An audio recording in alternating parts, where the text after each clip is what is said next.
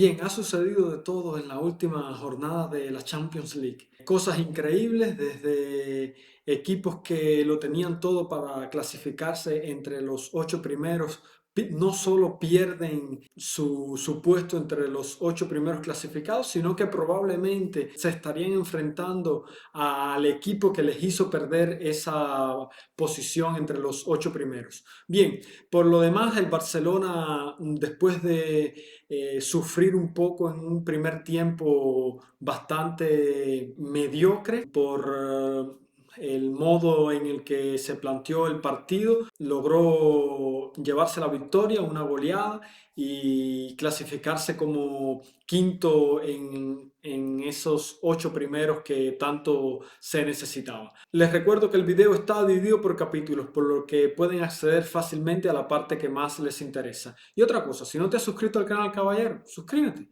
y active las notificaciones para que puedas mantenerte actualizado con todo el material que publicamos. Bien, vamos a hablar de lo que sucedió en la jornada, en la última jornada de la Champions League. Cosas increíbles sucedieron. Y vamos a comenzar por nuestro equipo, por nuestro Barça, que digamos que fue un partido bastante peculiar sobre todo por el 11 titular que propuso Flick. Yo no quiero ser quisquilloso y seguir con la matraquilla, pero tengo que insistir. Flick continúa a insistir con Eric García en el doble pivote. En un partido en el cual el equipo necesitaba movilidad en el centro del campo, necesitaba pases, necesitaba posesión de balón, un Eric García que limita mucho el trabajo ofensivo del equipo. Yo lo tengo que decir. Vamos a comentar un poco al respecto ahora en los minutos que siguen, hablando también de la formación inicial y de cómo se desarrolló el partido. Bien, como decía, el Hansi Flick propuso el 11 titular que todos nos esperábamos. Yo particularmente no contaba con la presencia de Eric García en el doble pivote, pero bien, recordando que Frenkie de Jong no podía jugar, quedaban solo dos posibilidades o Marc Casado, que ya vemos como Hansi Flick no está tan convencido, sobre todo en un centro del campo con Dani Olmo, haciendo pareja con Dani Olmo, no sería lo más adecuado a la hora de, digamos, defender los contragolpes. La otra posibilidad es Marc Bernal, que era desde mi punto de vista el indicado para comenzar de titular, pero ya sabemos que luego de la lesión, la recuperación que está teniéndose, el club y el cuerpo técnico ha decidido de ir con calma. Y ya sabemos que una vez que, o me espero que una vez que Marc Bernal esté completamente recuperado, no ver más nunca a Eric García en esa posición de doble pivote, porque es un jugador que, ya lo he dicho en diferentes ocasiones, tiene cualidades excepcionales, pero en el centro del campo, formando parte del doble pivote, limita demasiado al equipo. He visto partidos malísimos del Barcelona esta temporada, pero de los peores partidos que he visto del Barcelona esta temporada han sido uno de ellos, el 3-0 contra el Chelsea en Stamford Bridge en Champions esta temporada, y los primeros 45 minutos de este partido contra el Copenhague.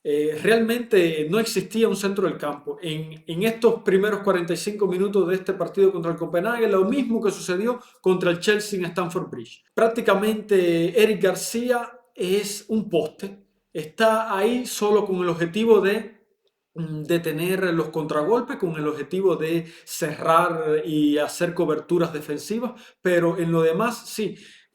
Alguno me dirá, oh, pero que mira, que hizo un buen disparo desde la frontal del área, que dio en el travesaño y casi hace un golazo, el golazo del partido.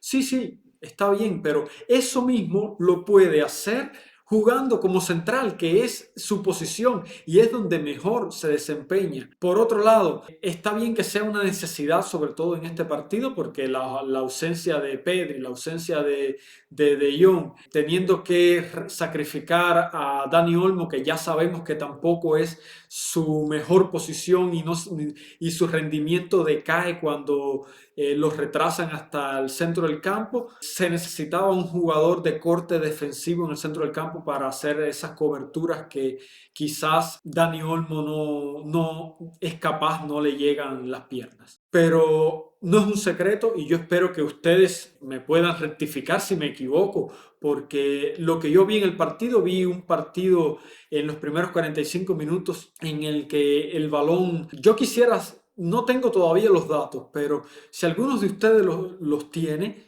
me puede decir cuántos balones tocó Eric García en el primer tiempo y cuántos de esos balones fueron pases hacia atrás para mantener la posesión y no, digamos, ayudar en la creación de ofensiva del equipo. Era prácticamente Dani Olmo el único que proponía lo mismo que sucedió en Stamford Bridge cuando Eric García hizo pareja con Frenkie de Jong. En ese partido fue Frenkie de Jong el que llevó la batuta del centro del campo, solo él, por lo que era muy fácil para el Chelsea en aquel partido marcar a Frenkie de Jong, incluso dejando algo más de libertad a Eric García, pero que Eric García no era capaz de hacer mucho más de lo que hizo en ese partido, aparte de las coberturas defensivas, anticipaciones y algunos disparos desde la frontal. Es eso Eric García. Y no estoy criticando al jugador, sino que estoy evidenciando sus fortalezas y reconociendo sus debilidades. Ya, ahora, aquí se queda. Esto es lo que creo de Eric García y de la continua insistencia de Flick en colocarlo en el doble pivote. Sobre todo en estos momentos se acepta porque es una cuestión de urgencia, de necesidad imperativa. En el momento que jugadores del centro del campo se recuperen, esperando que se recuperen bien, en el caso de Gavi, que ya regresó a los entrenamientos, en el caso también de Marc Bernal, que vimos cómo cambió el partido en el segundo tiempo una vez que entró un centrocampista natural, es lo que se pedía, un centrocampista defensivo, pero también centrocampista, no defensor. Bien, el partido se desarrolló bastante, como ya hablé, bastante complicado en los primeros 45 minutos porque el Barça tenía espacios, pero no lograba conectar con los delanteros. No lograba llegar ese pase decisivo, más allá de la gran ocasión que falló Lewandowski minutos después de encajar el 0-1. Lewandowski tuvo el empate en sus piernas y falló, algo increíble, pero bien, también digamos que fue un partido bastante abierto y se podía esperar una reacción del Barcelona, pero pasando por recuperar el estilo de juego y no es ese correcalles que se había creado en el primer tiempo cuando el balón no pasaba por el centro del campo, prácticamente era desde la defensa hacia el ataque. Bien, en general, lo mejor del partido, el mejor jugador del partido, una vez más, Lamine Yamal. Fue increíble lo que creó Lamine Yamal. Prácticamente todo el peligro del Barcelona venía desde la banda derecha. Marcó un gol y dio una asistencia. Es increíble este muchacho lo que puede hacer cuando está bien físicamente. Ahora, el Barcelona, dejando un poco el partido de lado, porque ya hice un pequeño resumen sin entrar en detalles de lo que fue el partido, un poco lo que quería comentar sobre esa posición de Eric García que me continúa preocupando y no me gusta para nada esa posición. Ahora, en la tabla de posiciones sucedieron cosas, sucedieron cositas, caballero, porque sucedió todo lo mejor, o mejor dicho, en esta última jornada sucedió todo lo mejor que se podía esperar para el Barcelona. ¿Por qué? Porque en primer lugar quedamos entre los 8 primeros, en el quinto lugar de la tabla de posiciones, junto con el Arsenal primero, el Bayern segundo, el Liverpool tercero, el Tottenham cuarto, Barcelona quinto, Chelsea sexto, Sporting de Lisboa séptimo y Manchester City octavo. Es increíble lo que sucedió porque también ahora voy a hablar del Real Madrid porque en el video anterior, en el video previo a este, ya había comentado que el Real Madrid tenía todo en sus manos para clasificarse entre los 8 primeros. Y sin embargo no pudo porque sale goleado de Benfica, sale goleado del estadio del Benfica. Un 4-2 bastante humillante, quiero decir, sobre todo porque el Real Madrid ahora se queda en la 9ª posición, fuera de los 8 primeros, por lo que tendrá que disputar esa eliminación de 16avos de final, esa eliminación, y probablemente estoy casi seguro porque el Real Madrid termina en el 9º lugar y le tocará jugar contra el Benfica que terminó en el lugar 24. Es increíble cómo esta revancha entre el Real Madrid y el Benfica, entre el Real Madrid y Mourinho, tendrá todavía algunas páginas por contar ahora, probablemente en el mes de febrero, cuando se realizarán estos partidos de 16avos de final. ¿Qué podrá suceder? Bien, lo mejor que ha sucedido al Barcelona, ahora les explico por qué, porque la primera es que el Barça se quita de arriba esos 2 partidos que le podrían complicar el calendario en el mes de febrero y marzo.